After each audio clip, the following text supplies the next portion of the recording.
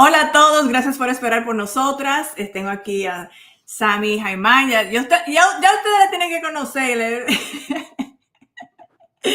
Hemos estado juntas varias veces. Quiero comentarle un poquito de Urban Dare. Sammy tiene más de 20 años en el área de diversidad e inclusión, equidad, que ya no le van a llamar así, pero esta sesión es más para educación, conversación, hablar la verdad. Hay mucha desinformación rondando por el internet. Entonces, nosotros queremos brindarle la información correcta. Ustedes mismos la pueden verificar, ¿verdad? Porque tenemos que exaltar que hay que verificar información. I was gonna do this in English. I know. And I started in Spanish. And that's okay. Pero mira, porque ahora estamos English only. Espérate. Ay, espérate, English only ahora. No, es verdad, porque ya eliminaron la página de español en la Casa Blanca. I was gonna say, Sanibel, what are you doing? You're breaking the law, boo boo. I'm done. I'm like, me van a llevar presa. I'm like, ay, es verdad, sí, ya todos los medios de comunicación y a través de todas las plataformas. What? You don't understand. I'm sorry. There you go see again. that? You see that? Oh my God. You see that? I'm sorry. Listen, you don't want to get into trouble, right? Come on. Oh my gosh. Okay. Please. So this live, hi everyone. I'm gonna do this live in English because that's what we said. Exactly. Watch out Telemundo. Watch out Univision. Before I get arrested. Yes. We want to take this opportunity. This is my friend, Sammy Jaiman Marrero. We have been friends for a really long time, since 2012. We have worked in many projects together. We served in the board of HAPWA, the Hispanic Association of Business Professional Women. It's long, but she is an expert in DEI, which will transform and talk about other things later. But I wanted to make this live because there's a lot of misconceptions. There's a lot of misinformation out there, disinformation that I wanted to clarify. And everything that we say here, you can go ahead and do your own research. And we're going to give you the sources of where to find research, because sometimes when you tell people, do your research, they don't research correctly. They don't know how to research and where to go. So I think it's important that if you are not used to doing the proper research, because there's a lot of information out there, where to go, where the data is, how the data was collected, reputable sources to take the data. So Sammy Jaiman has a company called Urban Dare. It's a multi-diverse company, and she can tell you a little bit more about herself, so you know her professional background, so you know that you're talking to an expert here. And I'll let her tell you a little bit about herself, and then we're gonna go ahead and have some questions. I'm gonna try to take questions from the chat right here. I don't promise that I'll answer all of them because we don't have a moderator, but I'm gonna try my best. Okay, so this is being streamed across all of our platforms, and Instagram, Facebook, YouTube, and all right. So, LinkedIn too. I almost forgot LinkedIn. So go ahead, Sammy, introduce yourself, your professional background, and then, I'm going to try not to revert back to Spanish. So, de la migra no me venga a joder. Please, listen. I'll just say the following, okay? I identify as Boricua, as Latina. I'll start with that.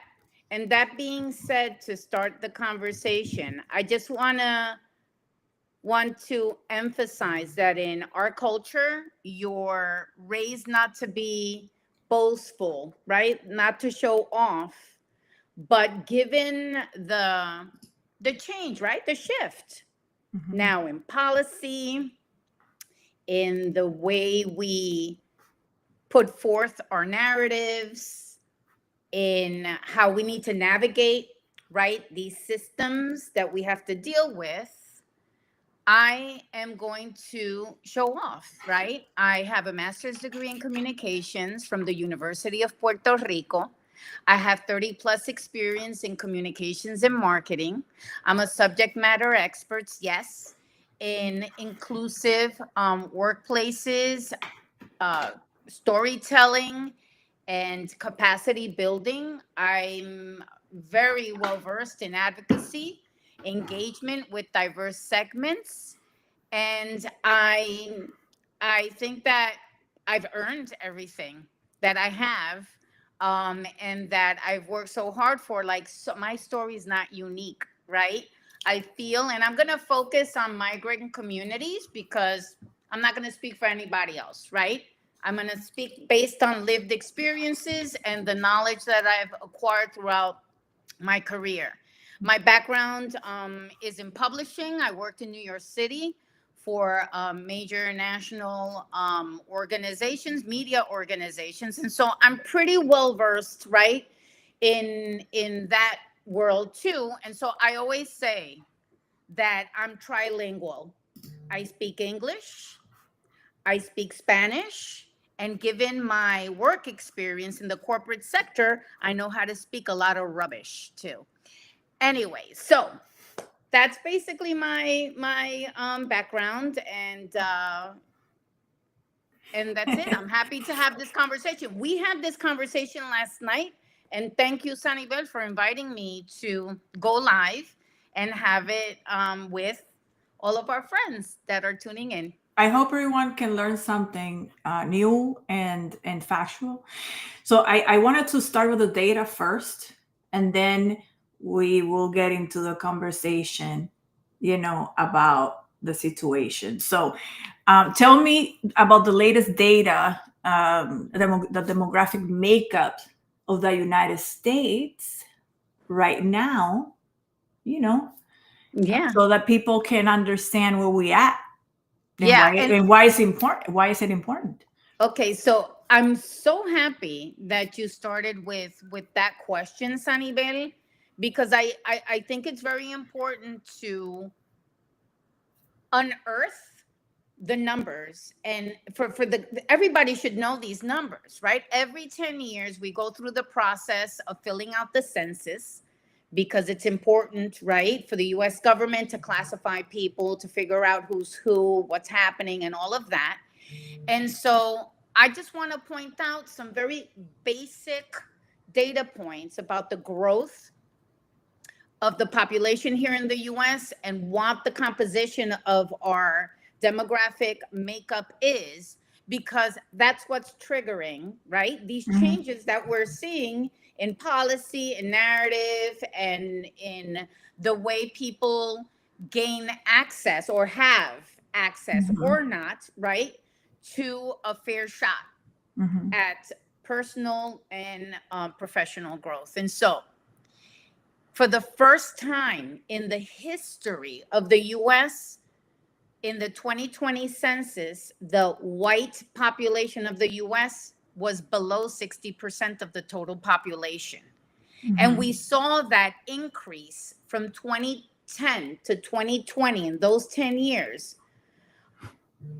of 276% of people in the US identifying, that was a 276% increase of people that identified as multiracial in those 10 years, right? So it Mhm. grew from 9 million people that identified as multiracial in 2010 to, Mhm. to 38 million. Okay, from Mhm. 9 to 38 million in those 10 years. And that's 276%. It's not surprising that that happened, given that different people from different ethnic groups, right, marry people from other ethnic groups, right? And it happens more and more. And it's a beautiful thing, but because that means that love rules, right? Mhm. It means Mhm. that people are just loving, who they love. And it's a beautiful thing. 42% of marriages that are of people of different ethnicities, of every 100 marriages, because those are the ones that we can quantify. We can quantify people that are partners and living together, right? So we know the data based on marriage certificates of people that actually get married. Of every 100 people that get married, or couples that get married, 42% are between white people or Eurocentric people and Latinos. And so that's why we saw in that 10-year period this growth in diversity, right? And of people identifying as multiracial, because the Latino population alone, or people that identified as Latino, grew 23%, whereas every other ethnic group combined grew only 4.3%. Imagínate, right? So then this is what's happening in the country. And why are Latinos? I mean, they're white. Listen, they're Latinos that think they're white, right? But we know. by definition, they're not, right? Why? Because in the Latino DNA, okay, unless your parents are directly raised from Spain or from like 100% Spanish, and there was no multiracial marriages or relationships going on, right? The Latino DNA is comprised of, obviously, European, indigenous, right, which were the original peoples, right, of these lands, and the enslaved people that were forced, right, out of their home, Africa, to come to the U.S. And so Latinos have a little bit of everything, right? And so that's the makeup. And so right now, we're at the brink in the next 20 years. The U.S. in 2045 is the census projection. And again, anybody can look this up, right? I'm not making this up. By 2045 in the U.S., we will have a majority multiracial population, a majority non-full white population. And it might happen sooner because with the anti-abortion laws, right? Those very prudent people that are not supposed to be fornicating, right? And having babies out of wedlock. A lot of them are, right? We know. Having brown babies. Having brown babies, and they love those brown babies once they're here, right? So that 2045 switch to a new multiracial majority in this country, I predict is going to happen sooner, right? Because it's the boomerang effect. That's why I call it, right? They implement all these laws and these policies, and what they're trying to prevent is just going to happen sooner. And it's not that it's like just this is it. This is America. This is what our demographic profile is. And it takes me back to 30 years ago when I started working in Hispanic media, that back then it was like, the Latino population, right, reached 10%, double digit across the nation. And now you see, how these numbers are just completely grown to a point where today in the U.S., 1 of every 5 people is of Latino descent. So it's great that we are large in numbers, but if we don't have any economic or political impact, then it won't mean anything. Right. What is the economic impact of these numbers that you are telling me? So thank you. Listen, this is so great because I want to give kudos to my dear friend Ana Valdez. She's the executive director of the Latino Donor Collaborative. And every couple of years, they come out with a new report that informs the corporate sector, the government sector, and the nonprofit sector about the Latino GDP. Okay. And so in the last report, it stated that if you took all Latinos in the US, we're talking about US only, and created an independent country, how some would wish that would happen, right? Right? We would be the fifth largest GDP in the world after the US, after China, right? India, I think the fourth one, I don't even remember, right? But we would be number five. Like US Mhm. Hispanic would be the fifth largest GDP in the world.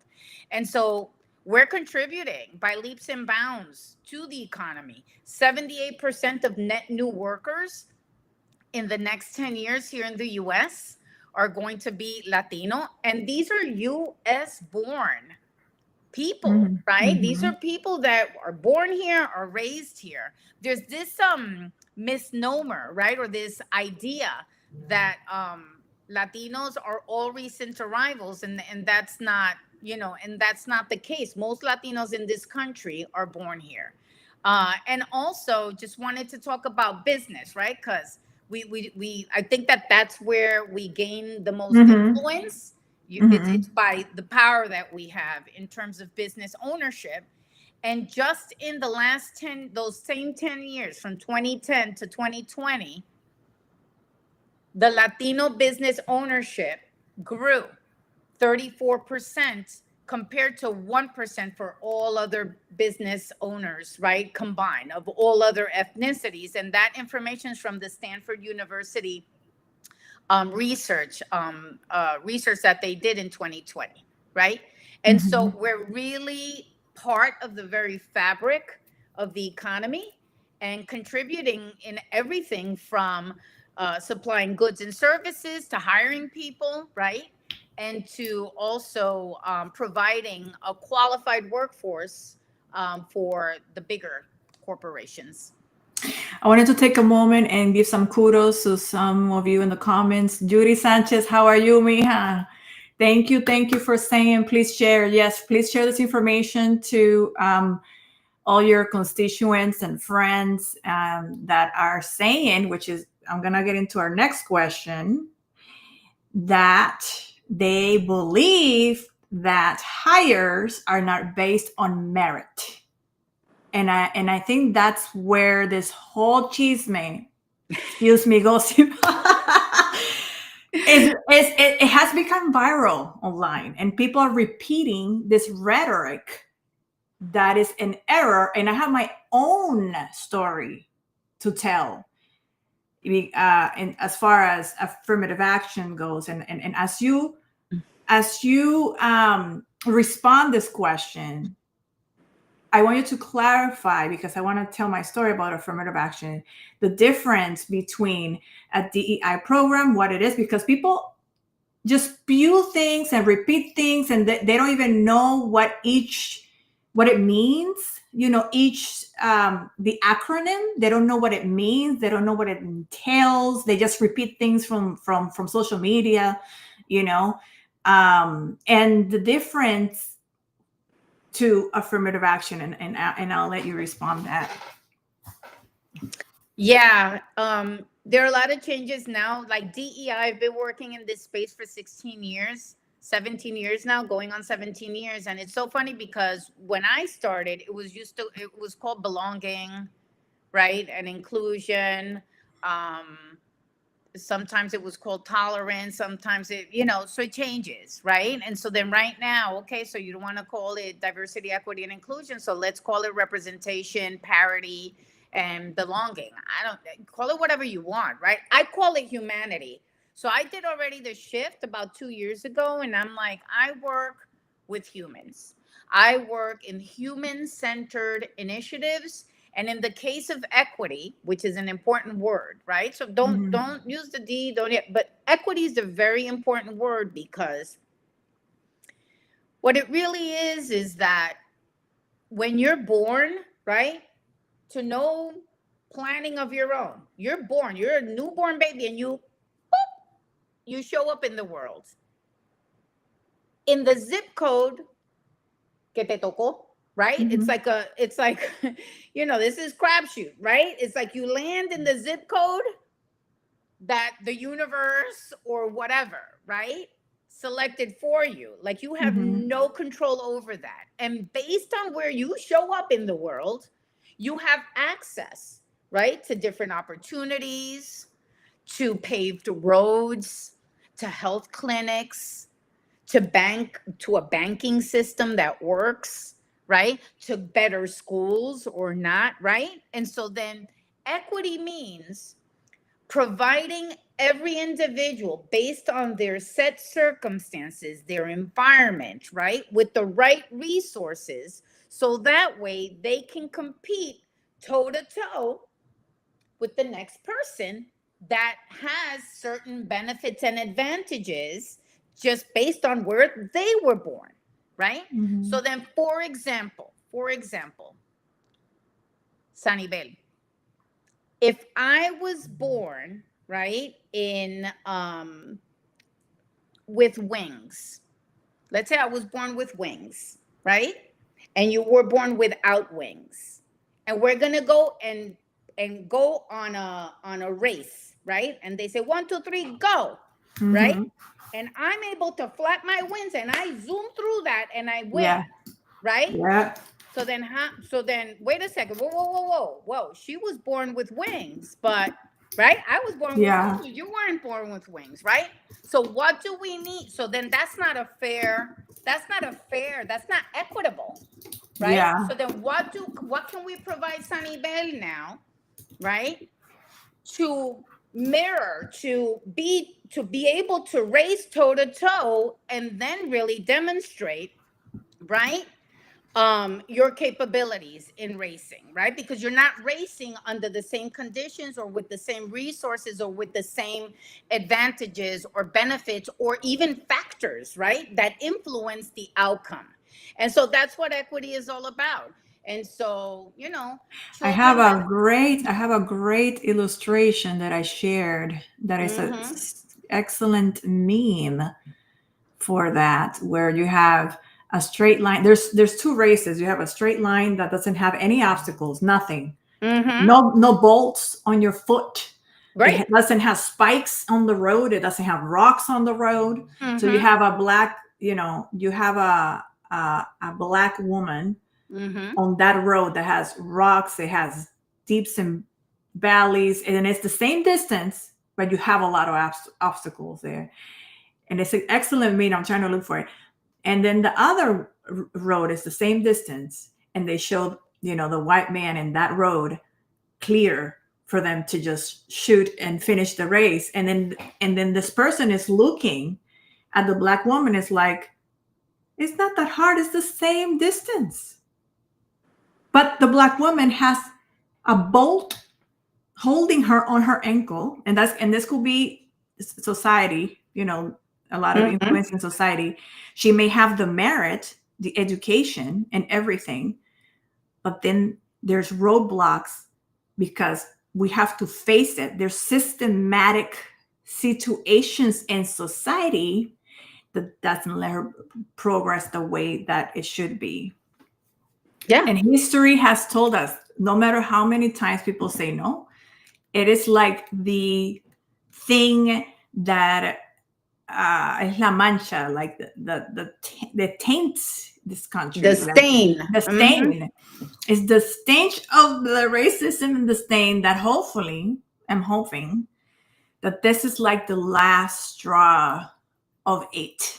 So we Yeah. can uproot it and get rid of it finally. Yes. And to your point, and so then I've seen that visual too, but Yes, sometimes, it's a meme going on. yeah, but some Yeah, people, some people, they and don't I've get seen others, it. but you need to really sit down and like get into all of that, right? And understand the obstacles that are put, but people don't see that. They don't see any obstacles. That's why the idea of having something physical that's to your advantage, right? Like the wings, right? And what are the wings? For example, for white men, number one, that it's a patriarchal society, right, where men have ruled forever. Number two, they're white, right? And so then the oppressed, and that's history's there, right? Like Black and indigenous people were considered less, right? Or valued less, and less than a full person. And so that being Yeah. so the, and white people have never experienced that, right? And so when you and so those are the advantages, those are the wings, right? That the color of their skin, their advantage, their economic advantages, right? The whole property ownership, right? Building equity from a monetary standpoint, right? Controlling the systems, ruling in government since the beginning of time, right? And so all of those Yeah. things are those wings that other classes, other people, so it's classist and it's also racist. And so that combination of factors is what um, does not live up to this idea of meritocracy, right? Because Yeah. I'm going to tell you something. People that are of diverse ethnic backgrounds and marginalized communities have to work twice as hard, ensure they get mostly a bachelor's or and if they can a master's degree, have all of these multidisciplinary skills, right, to try to make it happen. And when you compare a lot of these resumes, because I see them all the time, you see that people of diverse ethnic backgrounds are oftentimes a lot more qualified, right? Because Yeah. they've had to prove themselves over and over again and really run that extra mile each time to be able to advance in their career, their careers. And so I challenge everyone to start flaunting. You need to start flaunting. We have to leave that modesty to the side and Yeah, not because being arrogant, but that is, yeah, that is a cultural thing. it Oh, I is. don't want to boast. I Yes. want to be nice. But can You I tell know. you something? When you look at, and again, let's talk about Latinos because we're Latinas, right? From 2010 to 2021, the number of Hispanic adults with at least a bachelor's degree increased 141% according to Pew Research. I'm not surprised, right? Because as you go into second and third generation Latinos, in my household, when I was growing up, going to college was a negative option proposition, meaning I had no choice. It was like, are you going to college? Yes or yes. And that's it. I had no option. Why? Because my parents clearly understood that getting a higher It's part of the education, culture too. They're like, you have yes, to go to school. you have to go to Like school you because can't get out of it. yeah, because they're gonna live vicariously through you, right? So it's like they want and they understand that education is the pathway, right, to a better life and to gain access, right, to loans, to home ownership, to stability, to financial freedom, to entrepreneurship, to all of these things, right? I do have two things that I want to Mm-hmm. say before we move on into, why this is problematic. But um, the people, that follow me here, from Boston College, there's a lot of you here, at least 60. Mm-hmm. Um, and most of us are Latinos. Mm-hmm. And before the admission, and I mentioned about affirmative action, which is a form of DEI, because historically Boston College was only white males that could attend. And I remember, because I did the work, that I had to do so many things, Sammy, to get in there. Mm-hmm. More than the people that were there that made over $100,000 that just got in there because they donated to the school. Right.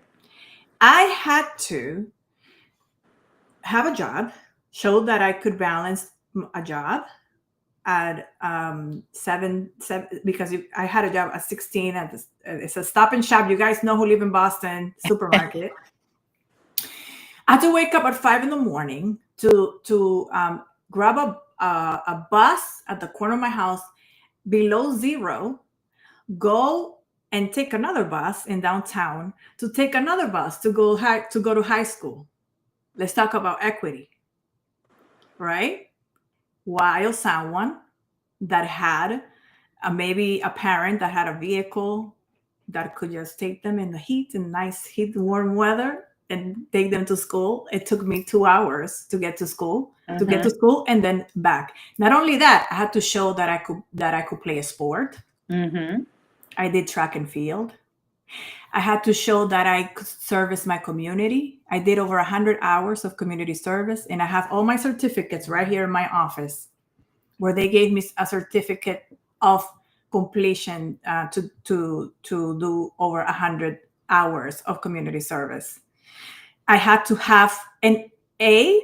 I had to have, at least from 3.9 and above. I had a 4.1. I had to do so many, and then I had to write an essay. Everyone has to write an essay. And when I had my roommate, when I was rooming with my roommate in college, her and I, we were three in one room, and she came from a wealthy family, and she didn't have to do all of this work. She was asking me to help her with her stuff. And I take it very personal when people online are saying like, oh, it's not based on merit. They're giving it to you because you're a woman. They're giving it to you, the position, or you're getting admitted to a university, or they're giving you the position at a job because you're of a certain race and I lived this. I had to work 10 times as hard to get, and that goes into the image that I showed. Yeah. And those are the requirements, right? That you had to fulfill, that the other person coming from a wealthy family, and was she Latina too? No, white. Okay, so there you go, right? So this is a perfect example, right? And you know why? Because there's a bias there, right? By virtue of you being Latina, there's this preconception that you're less than, that you might not have what it takes for the rigorous, right, environment of college studies, right? And so then, Yes, I'm and sorry. so And wait a second. So then you yeah, need to prove that you're worthy, right? And so then if you think about it, what a crock of bullshit, right? That they're doing you a favor by giving you like all these these, affirmative action. No, you need to earn it too, right? Compared to the next person who does not fall under this but wouldn't, and this is my right, question. yeah, What? this glass, this, like, this conditional acceptance into the college life, right? But Until you meet all of these requirements and criteria that are not expected from your roommate. correct, because they are it's through their grade and through the essay, and I had to do all of this shit. You Because needed to be in sports. I get it. I totally I get it. And and so the other thing is, wouldn't be, isn't it like a form of of I mean, the hypocrisy is there, because you see the kids that have the wealth, the parents, all they have to do is become a donor, because that's how they make money, that's how they get the funding. And these universities get funding Mhm. to fund whatever they need to fund through the donors, and you have big donors, and this big donor want their kid that may have a C, not an A, Mhm. and be mediocre, but they get in because they have the money. Right. I mean, And so where I'm getting at is, despite all of these things, all of these criteria that you were able to meet, despite our educational gains, I'm speaking again of Latinos in this country, right?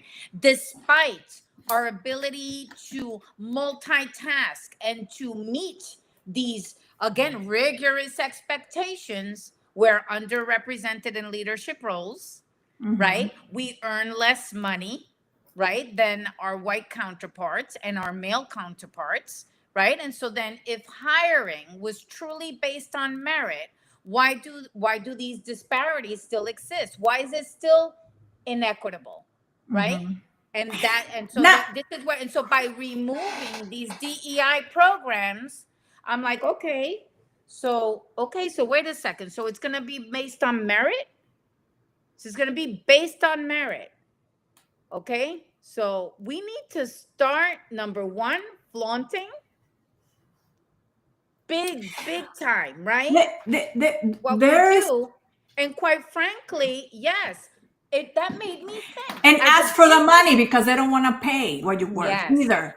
exactly. Right. And so then You I don't want to laugh pay? Oh because, well, bye.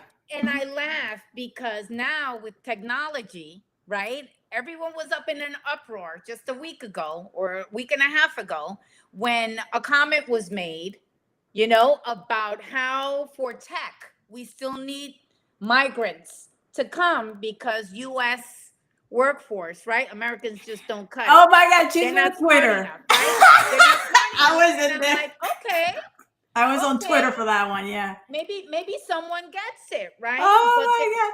but there are Yeah. plenty of migrant kids here in the US, right? Yeah, That it's we true. need to. But Elon Musk pretty much say all of you are dumb motherfuckers. You can't have this job. Exactly, These basically. jobs. And so I'm like, I okay. was like, what?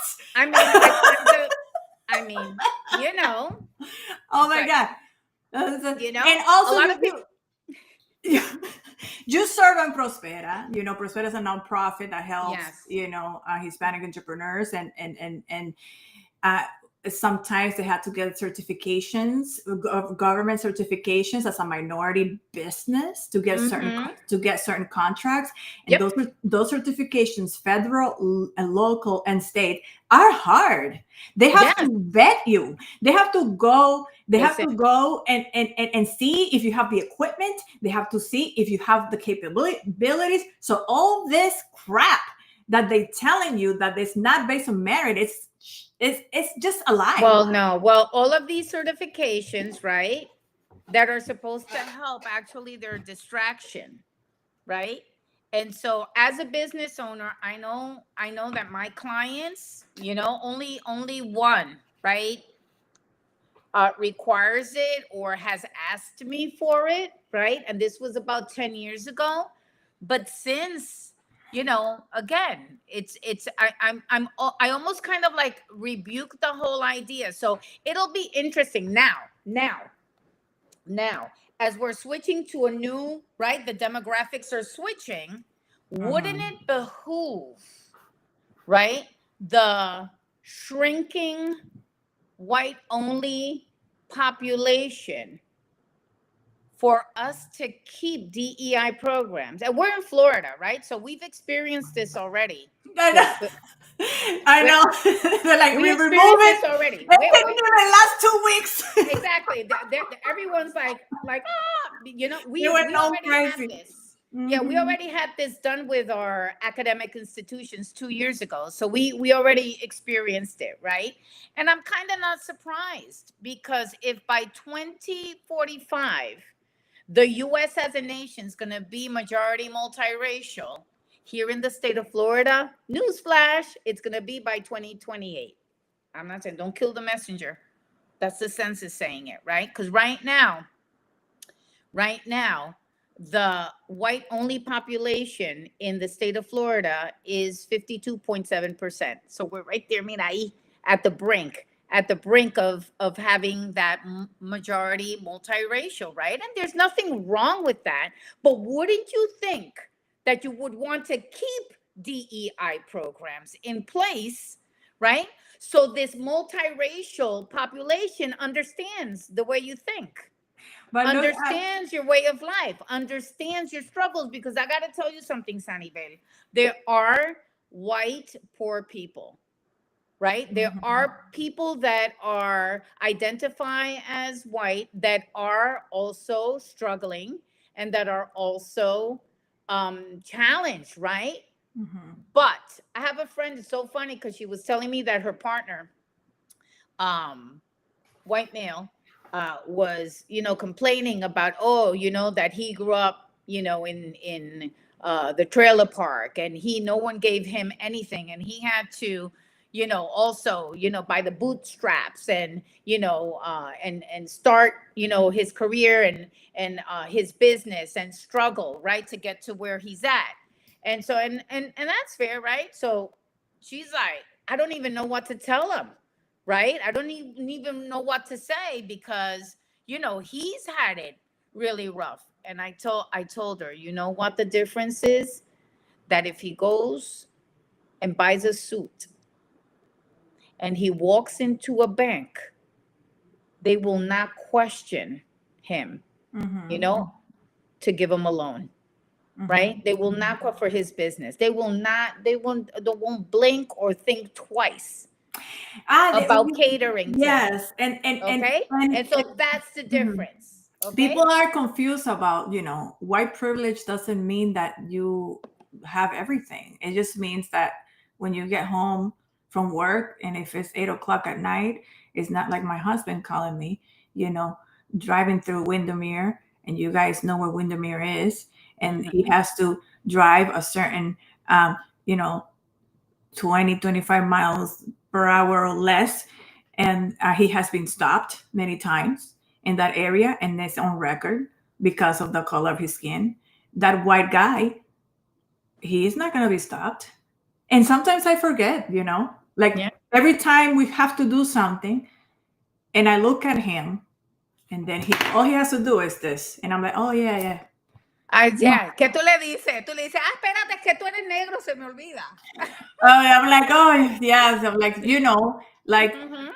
that's what we have to go through. That Yes, white person that is driving home from work doesn't have to of think about course. that. They don't Of have to think course. about that. You Yep, don't have to be, exactly. Mhm. looked at. I told him I want to go to Oklahoma because I want to Mm. see, you know, um, Noah's Ark over there. They did Noah's Ark. He's like, you crazy? I'm not going over there. You want women?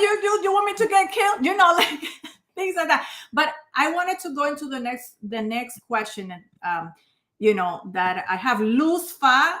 And I want you to, Sammy, read her comments. That's one of her comments right there. All legitimate questions. There is nothing wrong with working. DEI programs makes us lesser than, and she believes that DEI makes us Hispanics lesser than, and she also believes that they must go because it has ruined our reputation as Hispanics. And it's a great segue into my next question, which is why is banning the AI problematic? And then you have, you know, um, Hispanics saying that it just had made a mess, and our reputation is ruined because of it now.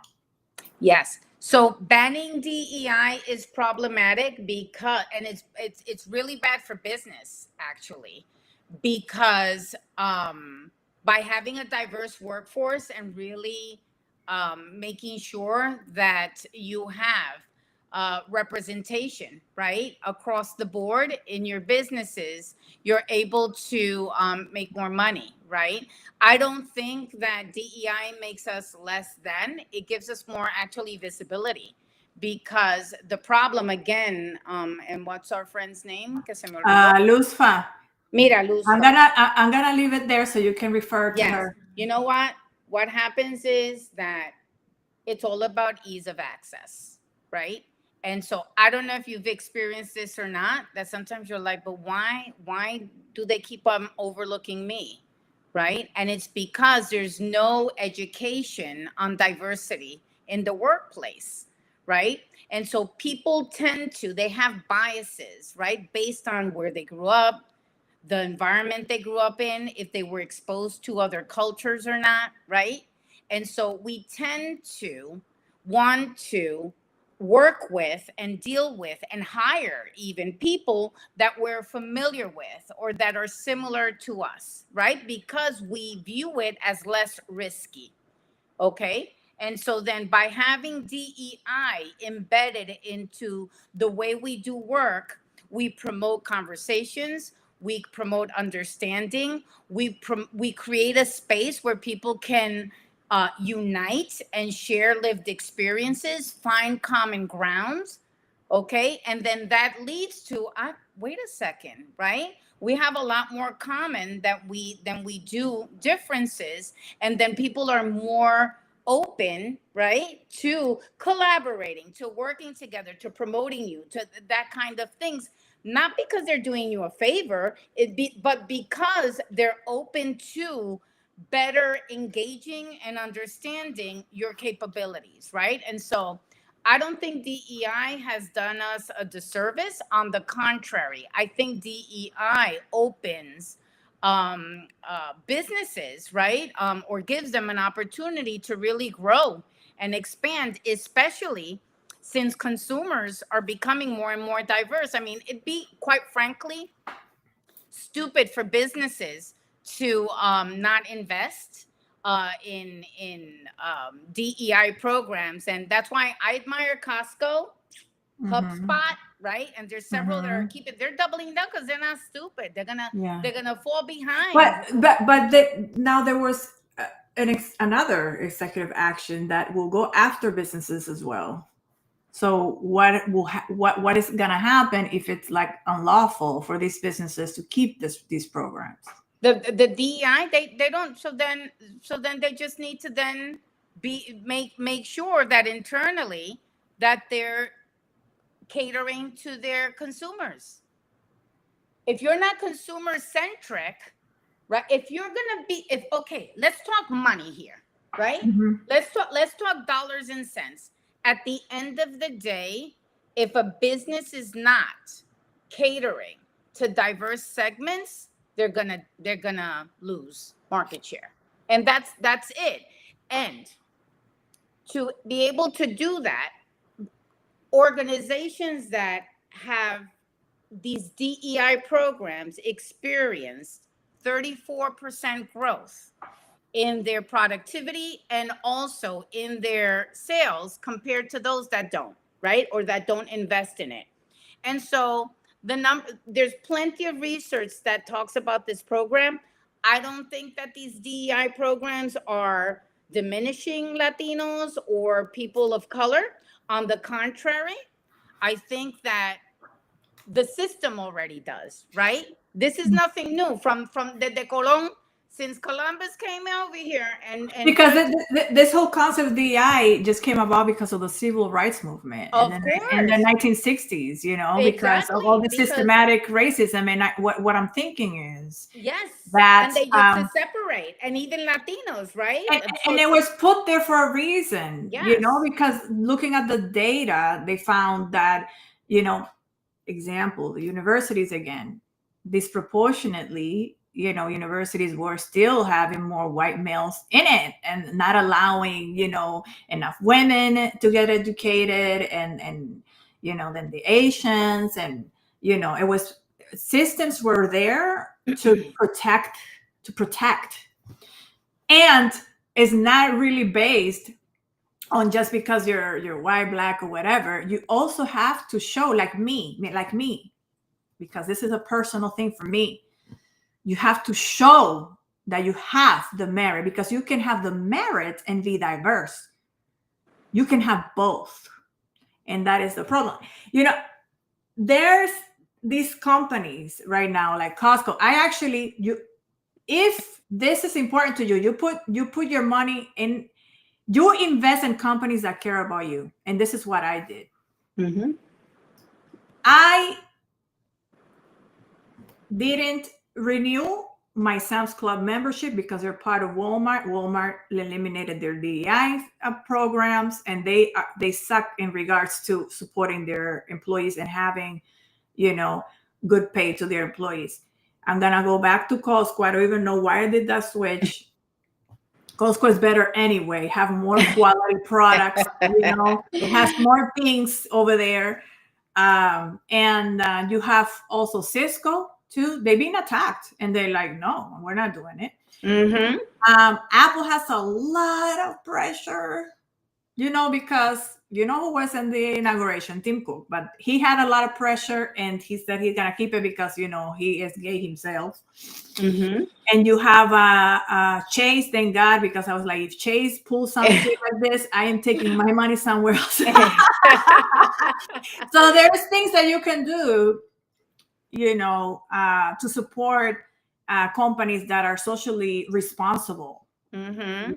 and Yeah. that they care about others, they care about the community, that they believe in justice and inclusion. And Because, this, yeah. And and, can I say yeah, something? Porque si no exploto. Ah, Latin DEI programs have not made us less. And I'm assuming Luz, because yeah, I'm it's mi trabajo yes, is Latina, right? I'm yes, assuming, maybe not. And if yes, you're not and you feel offended by it, well, then I'm sorry. I'm assuming, right? And assumptions there's are that comment right there, so you can refer to okay. it. Yes. So I don't think that DEI programs make us lesser.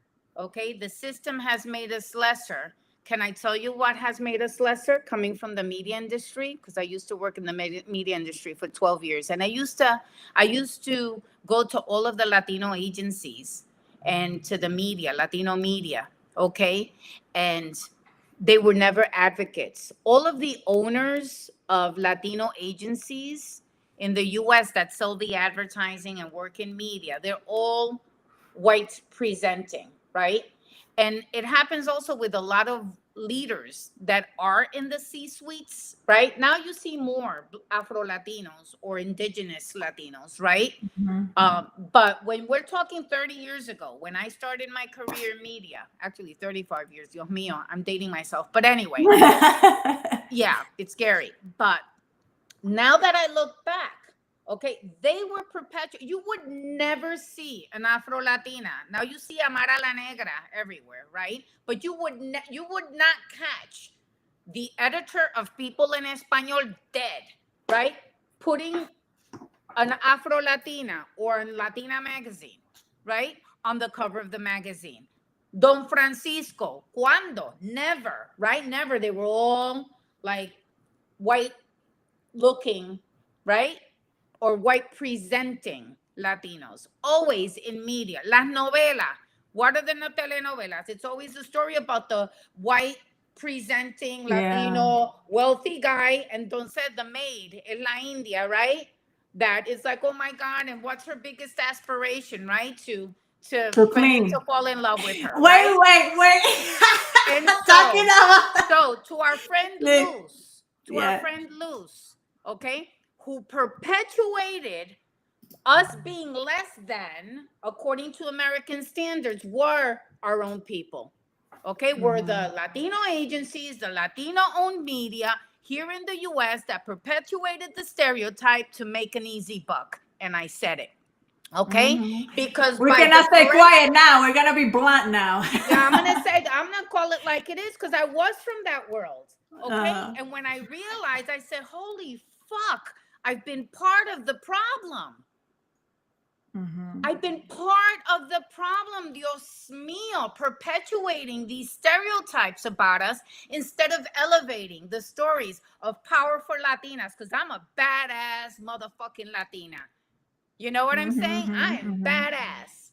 Okay. And so Yeah, and, those and, stories, and in our own those stories were community, never told. yeah, in Right? our own, yeah, in our own community, it's all messed up because if you, and I have been told this a lot, like if you say like all the degrees that you have, all the languages that you speak, and what situations you have been in, they tell you, es una creída, que ella se Pues ¿quién claro. cree que ella es? Who Pero is she? esa Who does she mierda think se she acabó. is? And So like, who that's does she right. think she is? Yeah. Sammy, this year, look, these hoops, these hoops, I had it for like over 20 years. And I didn't touch these hoops because I took these hoops when I was walking below zero as a warrior. These hoops, and I told my husband, I'm gonna take my hoops because I am going to fight, and I'm gonna fight for my money. You don't have it? Oh well. I gotta fight. I even changed my whole wardrobe too. Because I'm gonna present as a woman of power. Because you are humble. You're saying like, humble yourself. I'm not gonna humble myself. Not now. Okay, not again. Because Mira, se acabó. we haven't gone anywhere if we humble Se ourselves. acabó esta mierda. And that's it. And I gotta tell you something. My boy Bad Bunny, I'm gonna tell you something. I wasn't a fan.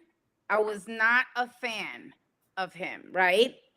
And just because he's raunchy, whatever, and I have a potty mouth, I'll admit, right? But he took it to a whole other level. But this record and his presentation at the Jimmy Fallon show, I was like, what just happened? This kid is speaking in Spanish on mainstream media and not bothering to translate. He's just expressing himself how he expresses himself. And he has the audacity of announcing he's doing a residency, not in Vegas, in Puerto Rico. Yeah. Right? I'm Yeah. like, drop the mic moment. And that's it. And he's being unapologetic. He's not being boastful. He's just doing him. He's just doing, and I'm doing me. And Zanibel, you gotta do you. I'm doing me. And these days of not tooting your own We horn, stay quiet a long we time. stay quiet. Listen, we need to start learning how to talk white male.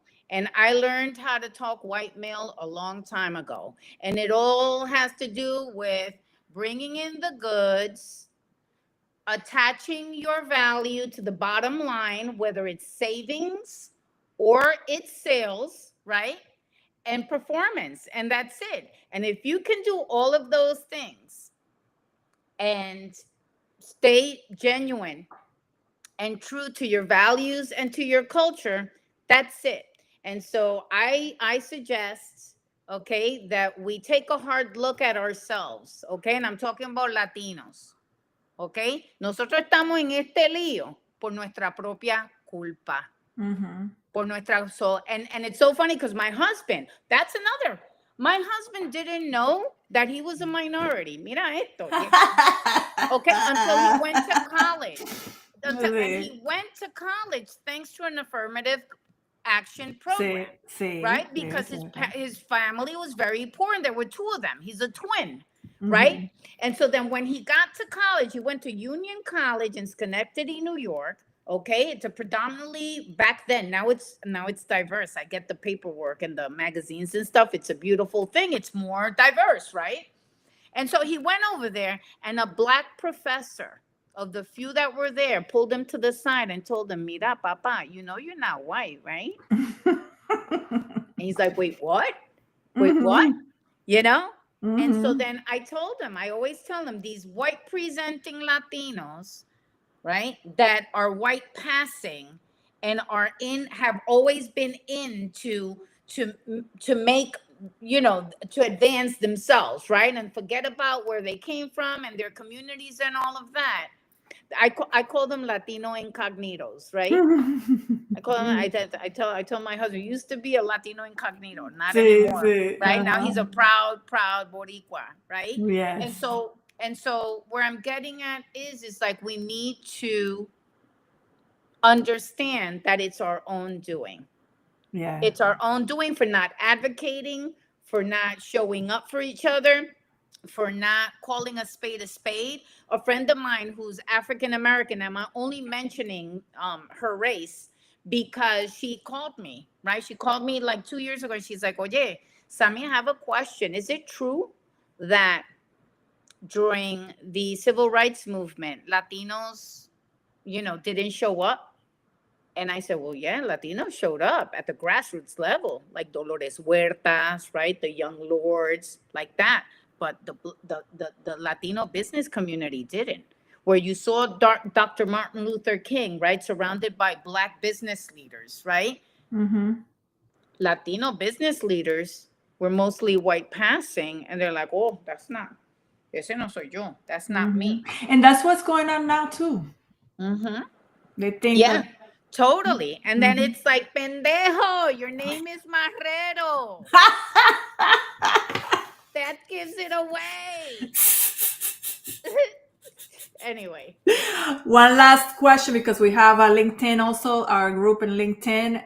What can businesses do, small businesses, brands, and corporations, if they want to keep supporting diversity, equity, and inclusion, what they should do to move forward in case, what they should do now, in case it becomes illegal for them to have these types of departments.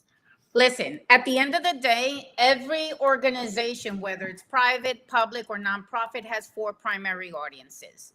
Okay, this is how I did my shift, right? Human-centered approach.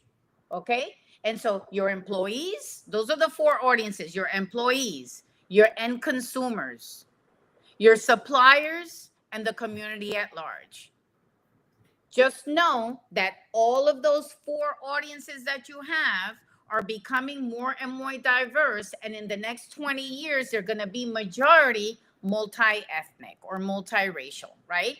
And so making sure that you invest in their development, human-centered, right? Invest in their development, in opportunities for them, in education and career advancement, in leadership, right? In capacity building in terms of leadership, in paying them, right? If you want to keep them, paying them what's fair and competitive salaries, because again, we're becoming more and more multi-ethnic and multiracial, and it's just a matter of time that the leaders of tomorrow are just going to reflect the population just by virtue of the numbers. It's inevitable. Let's just say that the numbers are evident and the end result is inevitable. So you might as well invest because these are your consumers. And I want to just knock a misnomer, okay, that exists about the Latino community, okay?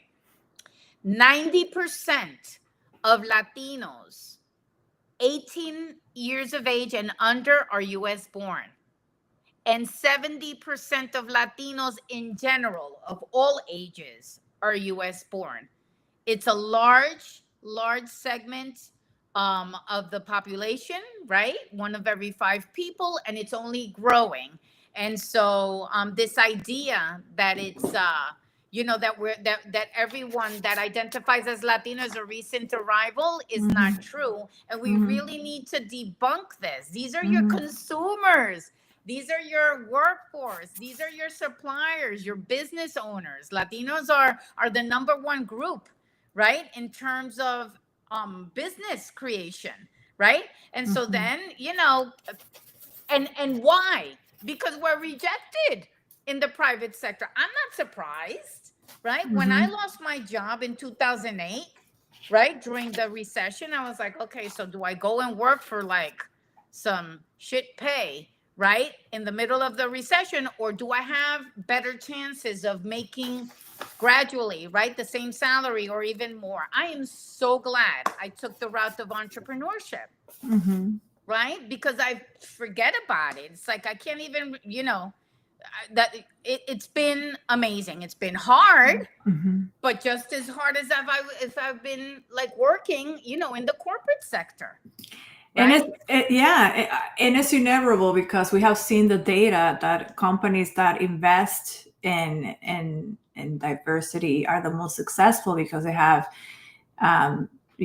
diverse experiences, people that come from other places, they have different types of backgrounds, and not only that your workforce is they are ambassadors to your products and services in the community, right? So for example, financial institutions, right, that have a huge, like larger, workforce that represents the very population that you're serving, right? So then it boosts morale, it boosts reputation, it gives people something positive to talk about, right? And they say, oh, my nanny, right, is the VP, of advertising at, XYZ company. Wow. You think that with the large extended families that we have and our youth that have, I know that when I went into these corporate roles, right, I felt the weight of my family, right, on my shoulders, right? Yes, And you so do. and so then, we're ambassadors. So wherever we are able to thrive, the whole community feels that they're thriving, and these are consumers that have disposable income and that will favor those who support them You in know, the work. that's a good point, and I didn't understand this. I was like 20 years old, 18 or 20 years old, that when I wanted to quit school because I couldn't connect, they didn't understand, and it was just very, very hard, and I went to, they had a center to give us support, Uh-huh. Hispanics, Blacks, Asians, it was called AHANA, the acronym. Uh-huh. And my friends thought that I was really that I was gonna quit. That center kept me hostage, so I don't quit school. They're like, you have to understand. Johanna Maynard, si está viendo esto, thank you. Yeah. Johanna Maynard, Yeah. I am so grateful for her because she said, if you quit, you're gonna become another statistic that we don't need to see. Wow. That type of pressure she put on. Yes, I know, right? You see? And so that what you're saying, right? It's like you can't quit, right? And so what I say to businesses, for example, is develop culturally relevant marketing and hiring strategies, right? That really understands the cultural background of the populations that are in your backyard, because those are the people that are available to you to hire, right? And so inevitably they're going to be diverse. And yes, do it merit based, right? Take a close look at who you're hiring. And I know that there's different practices now, to do these interview processes in like a panel format, right? So that way you have like almost like a panel of like a jury, right? That represents your community to be able to get the best hire based on merit. I challenge you, do it Yeah. based on merit, because I know what our what I've seen these resumes.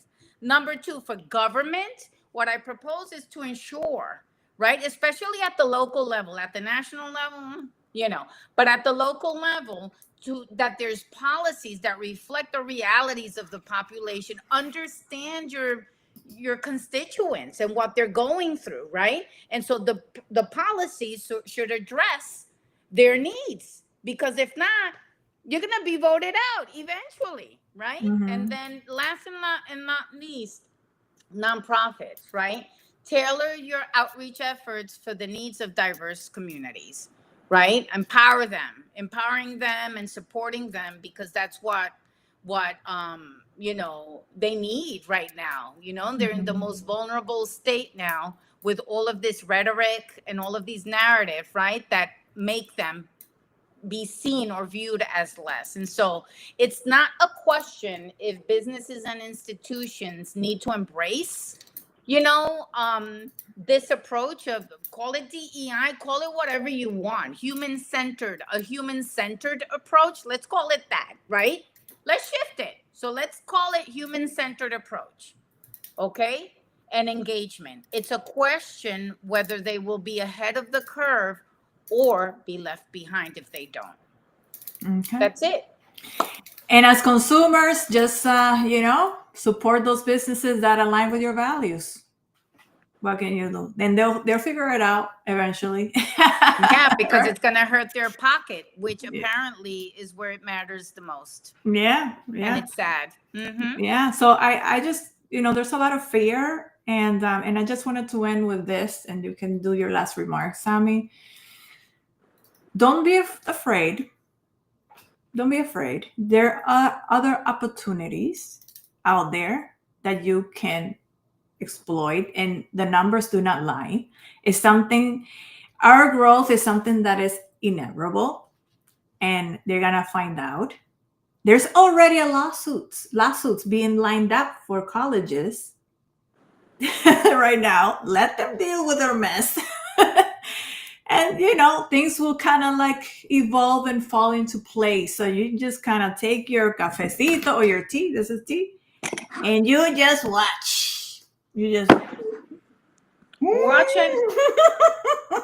and prepare, right? Watch and prepare. Yes. One of the things that I think that characterizes and again, just grounded with Latinos, right, is our ingenuity.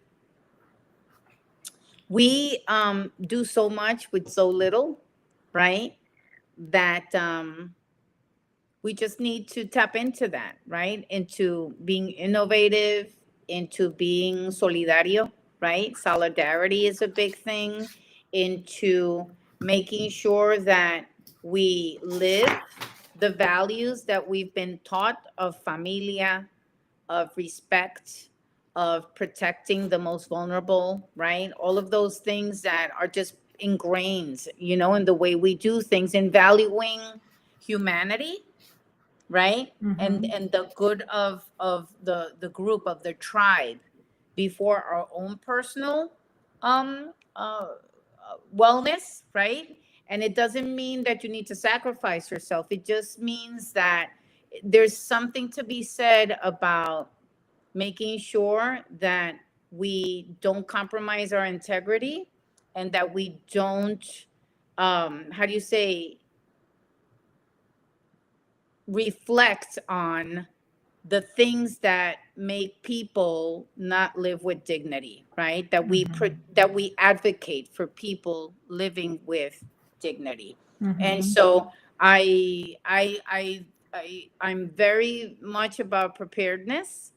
And so I just think, listen, we are so talented. We are so, people are like, sometimes they're like, que tú coses. Like, I sew, right? Like, people are like, you sew. Listen, my father used to say, de esa yo no me preocupo. I'm not worried about this one, right? Because she'll do anything, right? Yeah. I'll do anything to put food on the table. And it's true. And so then I think that we really need to pause and explore all of our talents, right? All of our talents, everything that we need to do, and learn from each other too. And I think that's how we're going to get through this. I think that Build that community. the Be truth, together. and our value is going to rise to the top. I just know it, right? Because it's inevitable by the sheer numbers of people that are here, and by the trends. I'm not saying it, this is self-evident in the numbers. It's inevitable, right? According to the census. Yeah. Well, thank you so much, everyone, for being here with us. If you came here late, once I end this stream, it will just wait an hour or so, and it will, you can watch this. And if you have any other questions, I try my best to pay attention to those of you. Thank you for being here. Judy Sanchez, thank you. Thank you for sharing. I see that you have been sharing this live. Girl, she went to Gracias. school. She went to school with me. We went to high school together. Thank you for coming here. Thank you for sharing. And well, I'll see you guys next time. I'm sure that I'm going to be doing more lives for the next 4 years. All right. Bye-bye. Okay. Un beso.